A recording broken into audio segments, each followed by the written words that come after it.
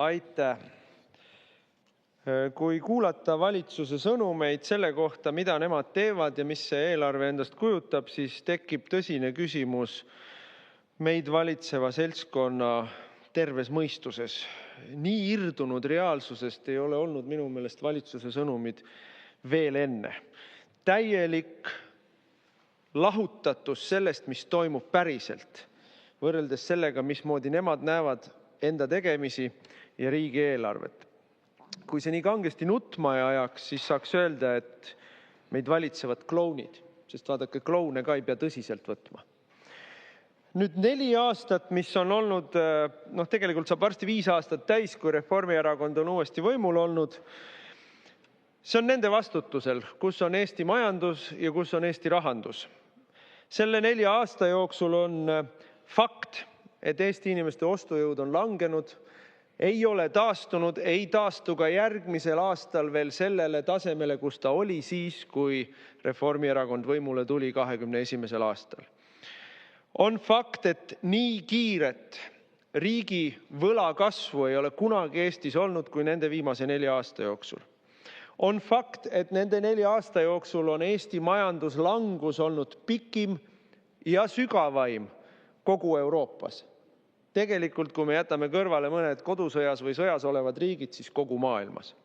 See auk, kuhu meid on kaevatud, on pöörane. Ja selle augu kaevamine jätkub.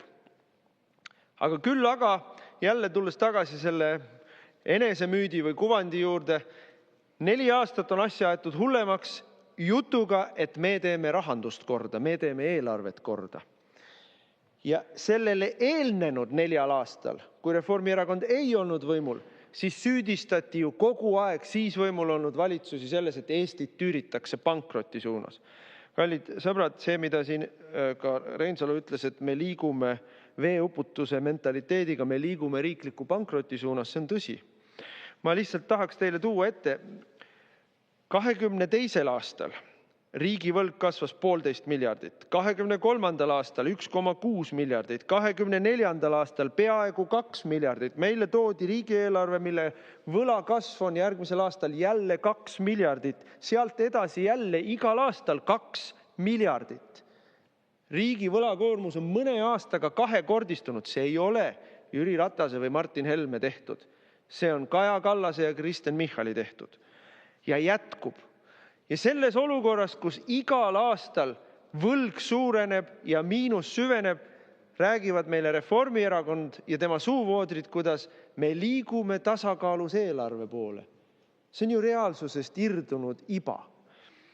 Nüüd, ega seda enesemüüti me kuidagi ei kõiguta. Nad räägivad ikka vastutustundlikust eelarvest, mida nad lubasid meile valimistel, tasakaalust eelarvest, mida nad lubasid meile valimistel ja mille nad kirjutasid isegi koalitsioonileppesse. Lihtsalt reaalsus liigub täpselt vastupidises suunas. Kogu see hüsteeriline kriiskamine, kui võimul olid eelmised valitsused, kuidas ei tohi jätta lastele neid võlgasid. No nüüd nad on selle probleemi lahendanud. Eestis lapsi ei sünni. Võlad jäävad kellegile teisele, aga mitte meie lastele. Kõik see, mida nad räägivad, on vale.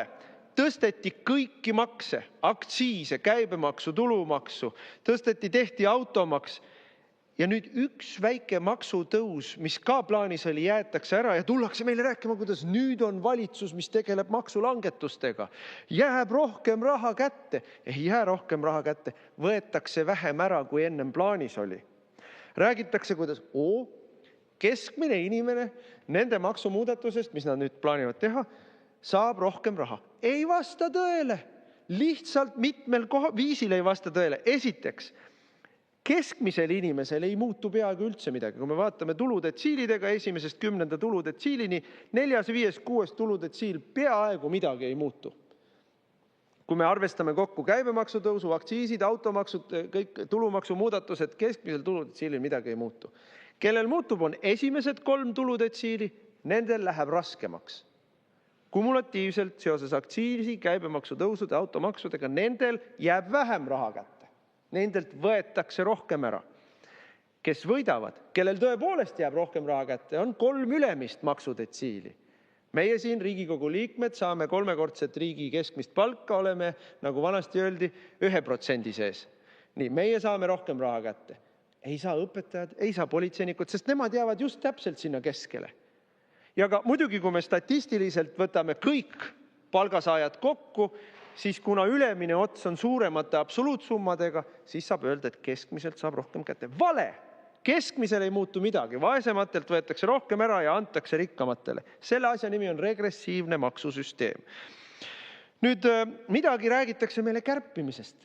Me täidame kärpeülesandeid. Kärpeülesande kirjeldamiseks on ERR-is suurepärane uudis, kuidas Välisministeeriumi eelarve suureneb, aga kärpeülesannet täidetakse. No see on peaaegu orwellism. Eelarve suureneb, ühesõnaga raha kulub rohkem, jah, aga me täidame kärpeülesande. Kuskilt mingitelt ridadelt me kulutame vähem, aga üldiselt me kulutame rohkem. See käib kogu meie riigieelarve, kogu meie avaliku sektori kohta. Kogu see kärpejutt, andke andeks, tulen tagasi, on klounide jutt, klounaad. See on tsirkus. Nüüd, mina ei tea, mismoodi on mõelnud välja Reformierakonna PR-inimesed, kuidas nad seda asja müüvad. Eks nad üritavad rääkida meile kaitstud riigist. No kaitstud riigiga on meil lood väga halvasti, sest et see skandaal, mis meil toimuma peaks seoses riigikaitse rahade väärkasutamisega, oleks igas normaalses demokraatlikus riigis viinud minema meilt vähemalt kaitseministri, aga tõenäoliselt ka peaministri.